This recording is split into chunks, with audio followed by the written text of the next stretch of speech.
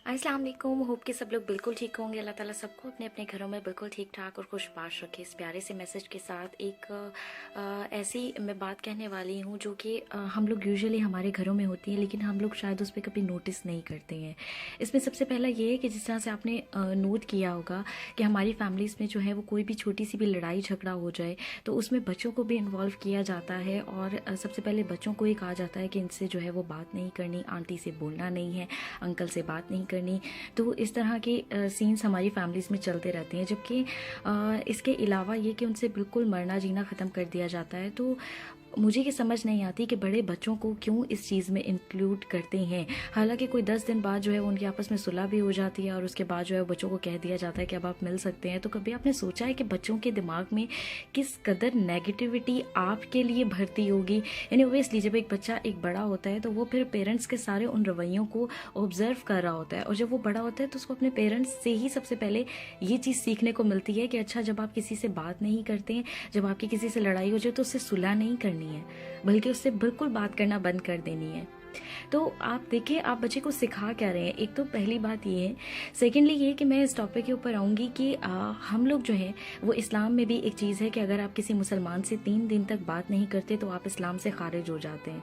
हमें एक बड़ी कॉमन सी बात लेते हैं कि इस्लाम से खारिज हो जाना, बड़ी एक कॉमन सी बात लेते हैं ना, मतलब इस चीज़ को ज़्यादा बॉदर भी नहीं किया जाता। तो लेकिन असल में अगर इसके बारे में ज़रा डीपली सोचा जाए तो बहुत ही एक डेंजरस चीज़ है कि आप इस्लाम से खारिज हो जाना 3 दिन तक किसी मुसलमान से बात ना करने पर। तो फिर सोचें कि आप लोग क्या, मतलब हम लोग क्या कर रहे हैं। अच्छा, इसके बाद अगली चीज़ पर मैं ये आती हूँ। अव्वल तो ये कि पहली बात ये कि किसी के साथ जो अगर आपकी लड़ाई हो भी गई है तो कोशिश करें एज सुन एज पॉसिबल आपकी सुलह हो जाए।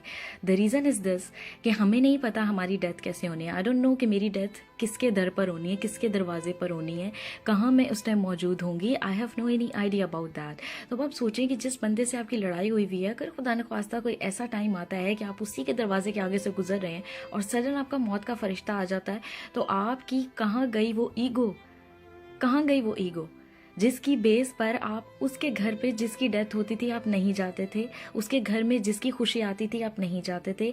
आपने कभी उस शख्स को मनाने की कोशिश नहीं की और खुदा ने आपसे ऐसा इम्तिहान लिया, एक ऐसे आपको उस टाइम मलिया मेट किया आपके गुरूर को कि आपको उसी के दर पर जो है वो मौत दे दी। तो उसके बाद आपका क्या मतलब, आपको समझ आ गई होगी कि मैं क्या कहना चाह रही हूँ। तो उसके बाद जो है वो आपकी ईगो तो मलिया मेट हो गई ना।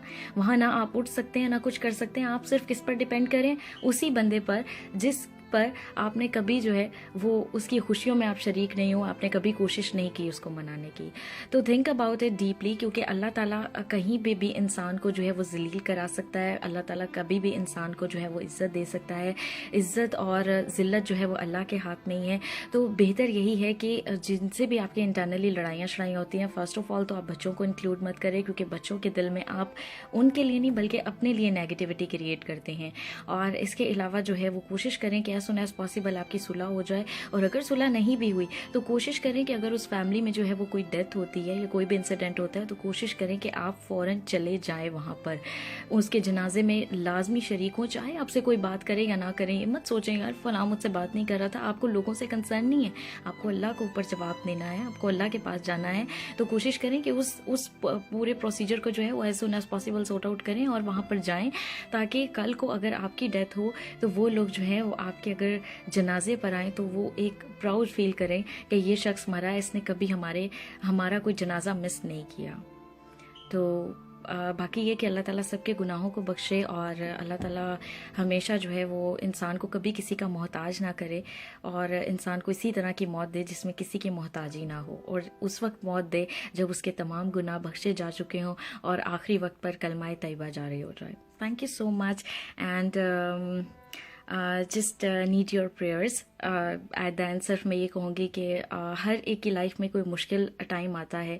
शायद मेरी लाइफ का भी कोई मुश्किल टाइम, बहुत ही एक्सट्रीम मुश्किल टाइम चल रहा है। तो I just request all of you कि please specially pray for me. अपनी हर नमाज में प्लीज़ मेरे लिए स्पेशल प्रेयर्स कीजिए कि मेरी जो भी मुश्किल है वो आसान हो जाए और अल्लाह ताला आप सबकी भी मुश्किलें आसान करें। आमीन। Thank you. अल्लाह हाफ़िज़।